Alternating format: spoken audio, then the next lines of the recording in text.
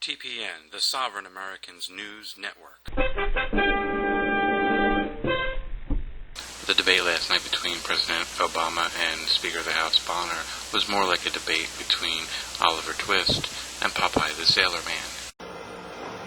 Good evening. Tonight I want to talk about the debate we've been having in Washington over the national debt.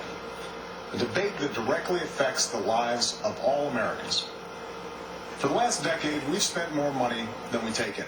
So last night the President came out with his address to the American public on his point of view about the debt debate, the debt ceiling debate. And at this point he's going over and talking about how it's everybody's fault, the Democrats, Republicans, and placing the blame. I won't bore you with the details of every plan or proposal. At this point during his speech, he talks about the two different points of view to how to approach the issue. The cut some spending and raise some quote-unquote revenues, which is, code for taxes, which, I don't necessarily disagree with. Loopholes should be closed and people should pay their fair share, but when 51% of the public is paying while 49% of the public takes, that's not fair either. So, fair like beauty is in the eye of the beholder in this case. So anyway, he's talking about the plans, and,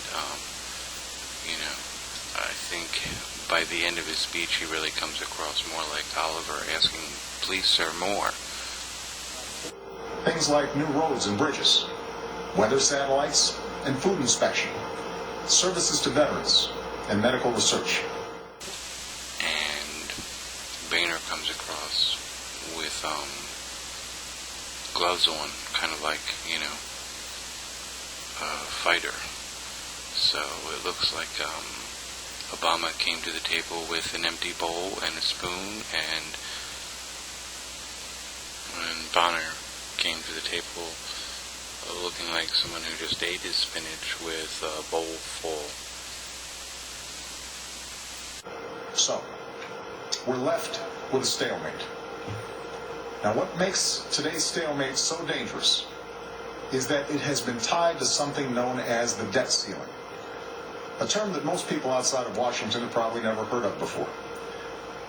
Understand, raising the debt ceiling does not allow Congress to spend more money. It simply gives our country the ability to pay the bills that Congress has already racked up.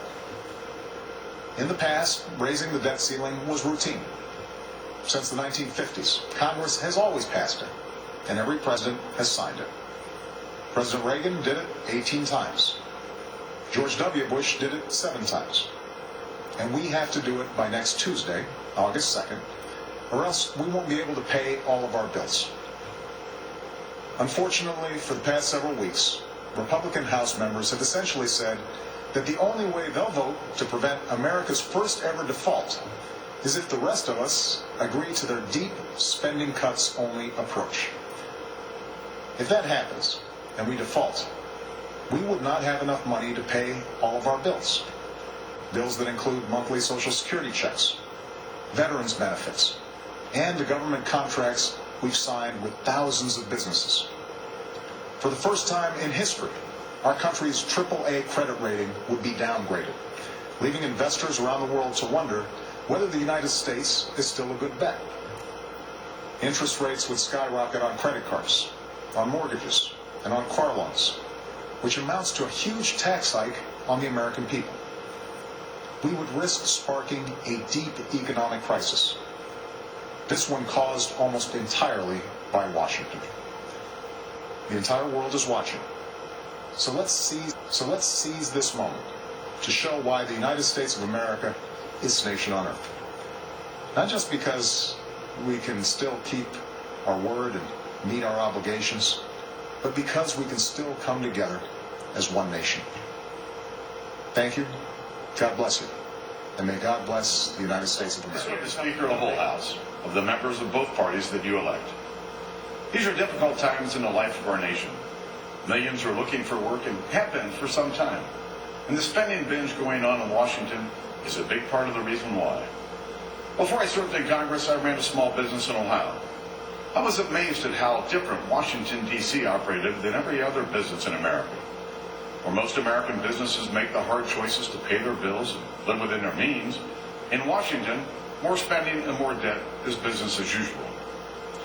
Well, I've got news for Washington. Those days are over. President Obama came to Congress in January and requested business as usual. Yet another routine increase in the national debt, but we in the House said, not so fast. Here was the president asking for the largest debt increase in American history on the heels of the largest spending binge in American history. And here's what we got for that massive spending binge. A new health care bill that most Americans never asked for. A stimulus bill that's more effective in producing material for late-night comedians than it was in producing jobs. And a national debt that has gotten so out of hand, it sparked a crisis without precedent in my lifetime or yours. The United States cannot default on its debt obligations. The jobs and savings of too many Americans are at stake.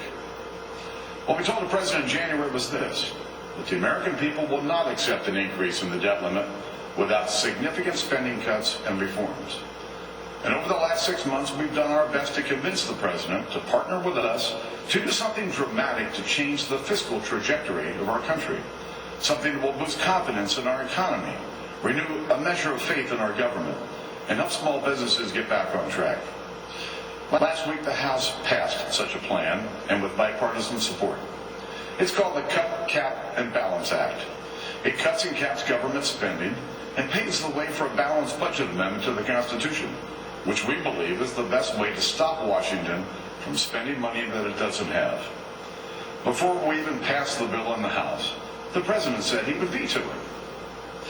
I want you to know I made a sincere effort to work with the president to identify a path forward that would implement the principles of cut, cap, and balance in a manner that could secure bipartisan support and be signed into law. And I'll tell you, I gave it my all. Unfortunately, the president would not take yes for an answer. Even when we thought we might be close on an agreement, the president's demands changed. The president has often said we need a balanced approach, which in Washington means we spend more and you pay more. Having run a small business, I know those tax increases will destroy jobs. The president is adamant that we cannot make fundamental changes to our entitlement programs. As a father of 2 daughters, I know these programs won't be there for them and their kids unless significant action is taken now. And the sad truth is that the president wanted a blank check 6 months ago, and he wants a blank check today. This is just not going to happen. You see, there's no stalemate here in Congress. The House passed a bill to raise the debt limit with bipartisan support. And this week, while the Senate is struggling to pass a bill filled with phony accounting and Washington gimmicks, we're going to pass another bill, one that was developed with the support of the bipartisan leadership of the U.S. Senate. Obviously, I expect that bill can and will pass the Senate and be sent to the president for a signature. And if the president signs it, the crisis atmosphere that he has created will simply disappear. The debt limit will be raised, spending will be cut by more than $1 trillion, and a serious bipartisan committee of the Congress will begin the hard but necessary work of dealing with the tough challenges our nation faces. The individuals doing this work will not be outsiders, but elected representatives of the people doing the job they were elected to do as outlined in the Constitution. Those decisions should be made based on how they're going to affect people who are struggling to get a job, not how they will affect some politicians' chances of getting reelected. This debate isn't about President Obama and House Republicans. It isn't about Congress and the White House. It's about what's standing between the American people and the future we seek for ourselves and our families. You know, I've always believed the bigger the government, the smaller the people. And right now, we've got a government so big and so expensive, it's sapping the drive out of our people and keeping our economy from running at full capacity. The solution to this crisis is not complicated. If you're spending more money than you're taking in, you need to spend less of it. There's no symptom of big government more menacing than our debt. Break its grip, and we begin to liberate our economy and our future. We're up to the task, and I hope President Obama will join us in this work.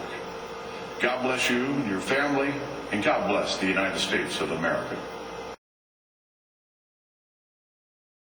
TPN, the Sovereign Americans News Network.